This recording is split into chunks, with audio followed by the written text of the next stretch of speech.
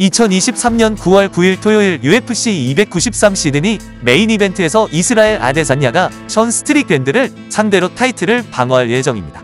지난 7월 로버트 휘테커를 이기고 UFC 랭킹 1위에 오른 드리커스 두 플래시스가 발 부상을 당했기 때문에 UFC가 차선책으로 스트릭랜드에게 타이틀 샷 기회를 준 것 같습니다.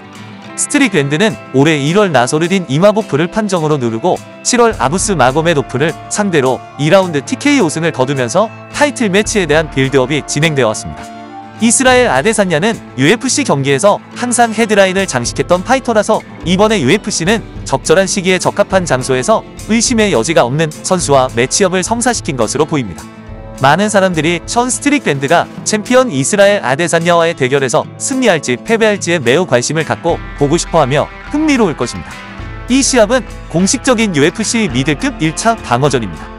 아데사냐는 34세 24승 2패의 전적을 가지고 있으며 스트릭랜드는 32세 27승 5패를 기록했습니다. 아데사냐의 신장은 6피트 4인치이고 스트릭랜드는 6피트 1인치로서 챔피언이 3인치 더 큽니다.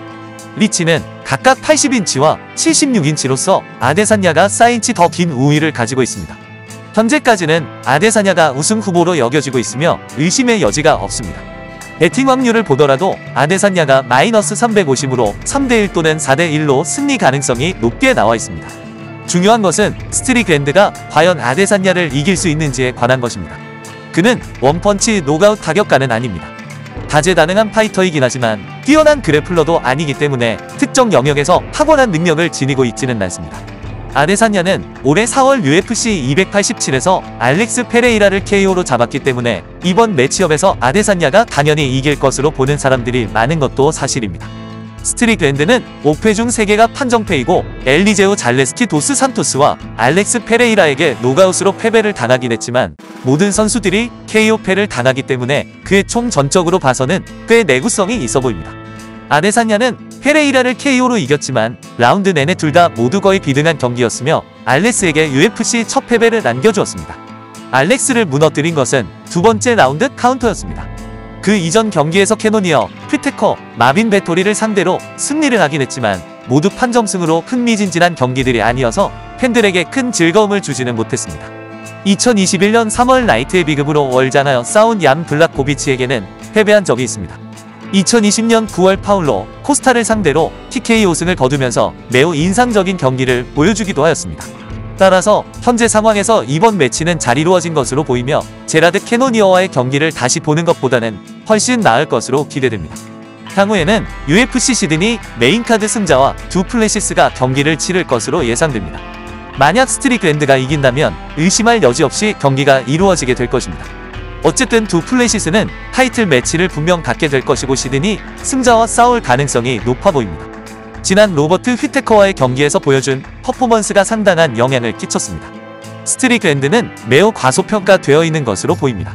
마고메도프와 아주 좋은 경기를 펼치며 큰 승리를 하였고 이마보프와도 타격에서 좋은 모습을 보이며 판정승을 거두었습니다. 그가 이번 시합에서 물론 언더독이지만 캐노니어에게 스플릿 판정패 당했지만 거의 비등비등한 경기였습니다. 스트릭랜드가 적정한 경쟁자라는 이유가 거기에 있다고 생각합니다. 시청자들은 이 시합에서 멋진 노가웃을 볼 수 있는 기회가 올 것이라고 생각하며 스트릭랜드가 알렉스 페레이라에게 당한 KO 또한 그에게 KO 패배를 당한 선수들 중 한 명일 뿐입니다. 또한 잭 허맨슨과의 경기에서 거둔 스플릿 디시전은 분명 그가 압도적으로 이겼기 때문에 만장일치 판정승이 되었어야 한다고 생각합니다. 유라이어 홀과 크지스토프 조트코 등 현재 UFC에 없는 선수들을 상대로 승리를 거두었고 브랜던 앨런을 TKO로 잡으면서 미들급 랭킹 안에 들어갔습니다.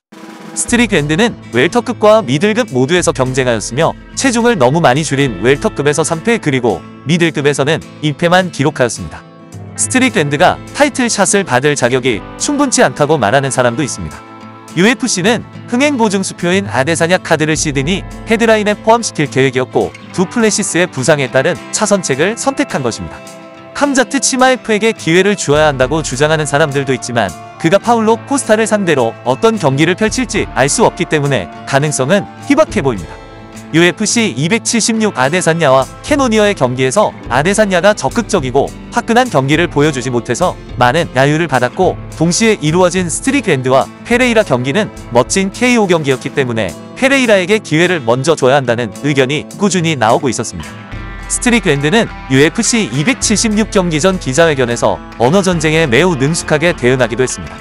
이번 싸움이 미들급에서 이루어지는 최고의 경기가 아닐 수도 있지만 호주의 팬들은 좋은 경기를 관전할 기회를 갖게 될 것입니다.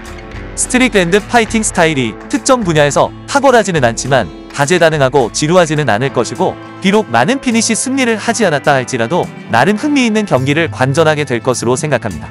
스트릭랜드는 분명 파이터로서 타이틀을 놓고 싸우는 몇 안 되는 기회 중 하나라는 것을 잘 알기 때문에 전략적으로 나올 가능성이 높습니다.